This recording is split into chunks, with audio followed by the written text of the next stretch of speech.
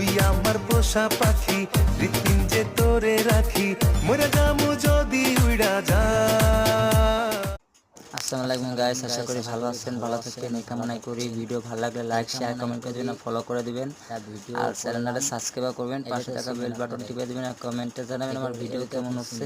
হাবিব নাম এমডি রোহান ওয়াইইউ YouTube channel, share করে দিবেন আর কমেন্ট করে দিবেন। সবাইকে স্বাগতম।